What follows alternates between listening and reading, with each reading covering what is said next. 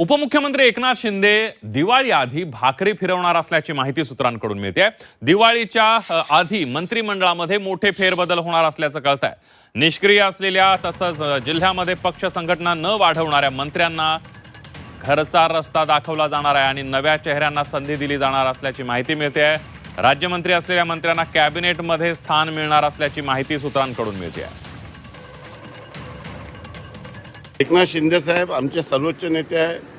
ते जे निर्णय घेतील ते गुणवत्तेवर योग्यच घेतील आणि तो त्यांचा अधिकार आहे। पण होणार आहे काय मंत्रिमंडळ तो त्यांचा अधिकार आहे, त्याच्यावर कोणी दुसऱ्याने भाष्य करणे योग्य नाही। 2029 मध्ये कुठेतरी शिवसेना आणि भाजप स्वतंत्र लढण्याची खूप चर्चा आहे।